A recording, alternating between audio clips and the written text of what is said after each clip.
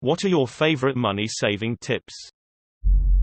A trick that always works for me is to think about how many hours' wages I am spending on something. As someone who previously had a huge spending problem, this has helped me realize that I've worked hard for my money, and I'd rather be working my ass off for a stress-free life financially than living payday to payday buying meaningless shit.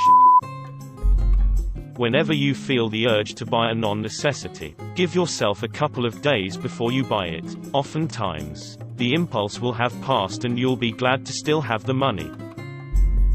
If you are a student, learn to cook. If you are working, bring lunch to work every day. You'll save a lot of money. When you go shopping, especially grocery shopping, make a list and stick to it. And never grocery shop on an empty stomach, or after a busy day or week.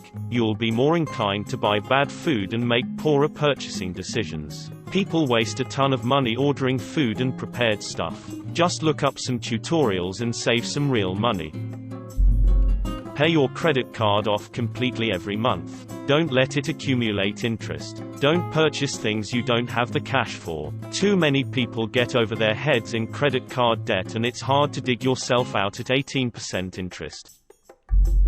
I was quite bad for really wanting things and buying them as soon as I got paid. Of course, as the end of the month came near, I had barely any money left and struggled to fix this. Instead of buying things at the start of the month, I decided to buy things at the end of the month if I still had enough of that month's wages left over to do so. If I didn't, then I did the same again and wait till the end of the next month. And of course, last month's leftovers plus the new month's wage, by the end of the second month I had enough.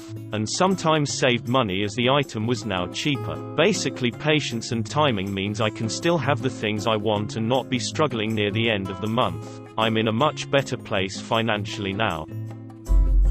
I once bought a 500 pack of tea bags. That was 3 years ago. I ran out this week. Wouldn't even last a month in our house. Brit detected. Rice. That son of a goes with everything, even rice. Ask yourself if you need it or only want it. If you want it, but don't need it, give yourself 24 hours to decide whether it's worth purchasing.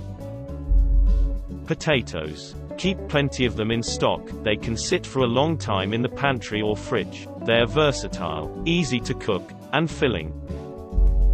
On every payday, I move half of what I had left over from last pay period over into my savings account. Paying yourself.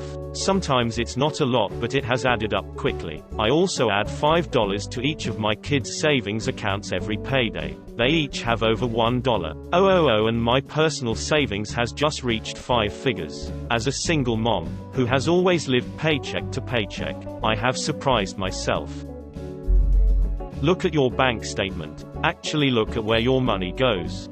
I am doing this right now and it frightens me. I am looking at getting a new apartment and am trying to figure out my budget. So I am going through my bank statements, adding up all of my essential bills and monthly payments and then subtracting it from my monthly income. I should have, after all payments, just under $1,700. I live at home, not much rent. I currently have $380 in my bank account. Where the has all that money gone? Now I see that my bank statement is drowning in small purchases. There was a week where I went to the supermarket 4 times. And I know I probably just bought short-term foods and not stuff I could make lots of. Other stuff like going out to eat and taking my girlfriend out added up to just over $400 in June alone. I'm actually a little afraid to tell her we need to go out less often. So now I am going to fight the hard fight and reduce my crazy spending.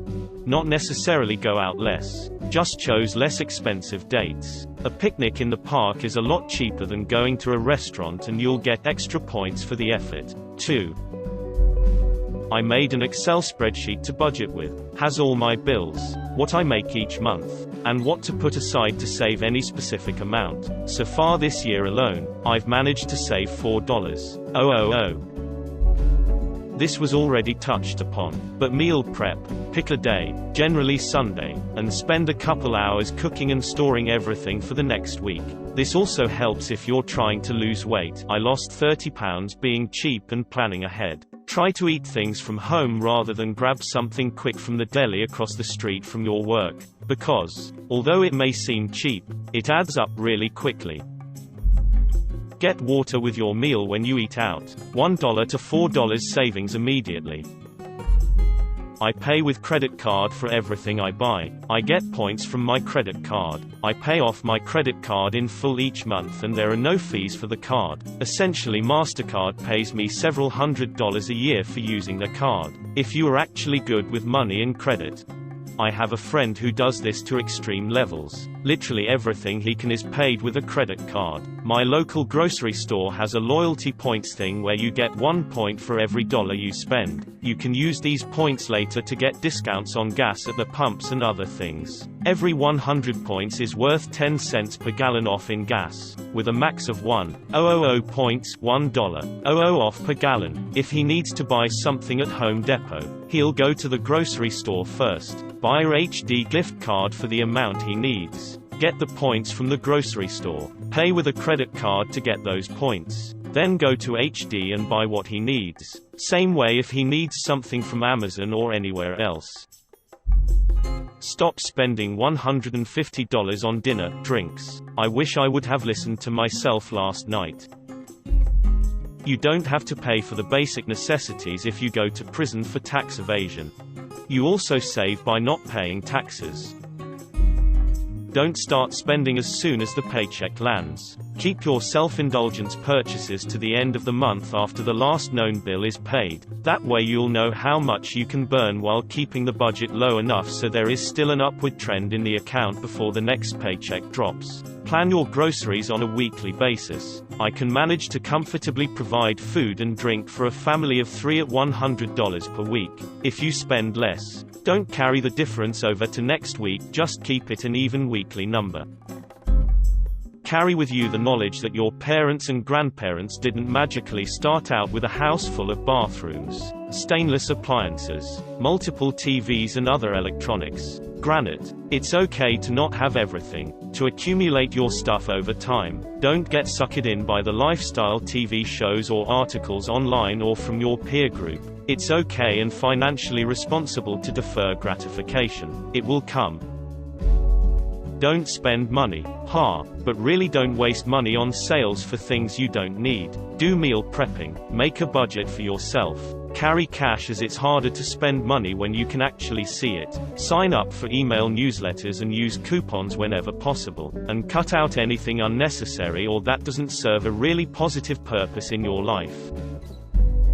Don't buy anything bigger than $20 unless you've given yourself at least a day to think it over, obviously excluding gasoline, groceries, and other necessities. A lot of people buy stupid shit in the moment and regret it not long after. Buy store brands. Buy in quantity when stuff on sale. I like a particular toothpaste but it is expensive. Except every few months it goes on sale for like 1/3 off. When that happens I buy 6 or 8 tubes. Then I've got a supply until it goes on sale again. I do that with a lot of stuff. Even cheap stuff, like soda. 2-liter bottles are usually between $1.00 and $1.50 each. I just bought a dozen bottles of my favorites for $0.88 each. Yeah, my average savings is maybe $0.25 each but it adds up. I do the same with cereals. Sometimes the $4.00 box is on sale for $1.75 so I buy 6 of them. Buy greeting cards at the dollar store. I get greeting cards for 99 cents that are as good, or better, than ones selling for $4.99 plus elsewhere. Go to the etc. section of Craigslist a few times a week to see if there are any focus groups. They basically ask you a bunch of questions about a new product, or make you write a diary about your shaving habits for a week. Things like that. They pay $75 to $300. Many more opportunities if you live in a city. A good way to have some burner money and save your paychecks from drunken waste. If you have kids, buy what you can use. Toys, clothing, furniture etc. They go through clothes so fast. So paying full price is stupid. You can often find brand new with tags stuff at the Goodwill, garage sales or local buy and sell pages. Thrifting your own clothing isn't a bad idea either. counterintuitive, but buy the best you can afford and take good care of your stuff. Since you know you have the best you can afford, you don't have the constant itch to replace and upgrade. For example, buy quality clothes. Get them tailored so that they fit, no stretching to wear them out, and then clean them correctly. Rather than constantly buying, replacing cheap stuff, keep good stuff long term. Same thing with cars, appliances, etc. Good quality has higher upfront costs but can have long-term savings. I saw someone on here who put all the $5 bills in an envelope for a year. I started doing that in February. I'm not going to count them until next February. That envelope is already getting thick with bills. My savings account is at a separate bank from my checking account. I can still deposit and withdraw money from my checking account electronically, but it takes 3 business days to do either. This works well for me because it prevents me from just hopping on my phone and transferring money into checking for an impulse purchase in a matter of seconds. 3 days isn't long, but it's enough time to prevent me from buying I don't really need or even want. Also, since it takes 3 business days, I have to initiate the transaction no later than Tuesday, or it won't hit my account until the following Monday. Recurring monthly expenses are what will kill you. Keep those low.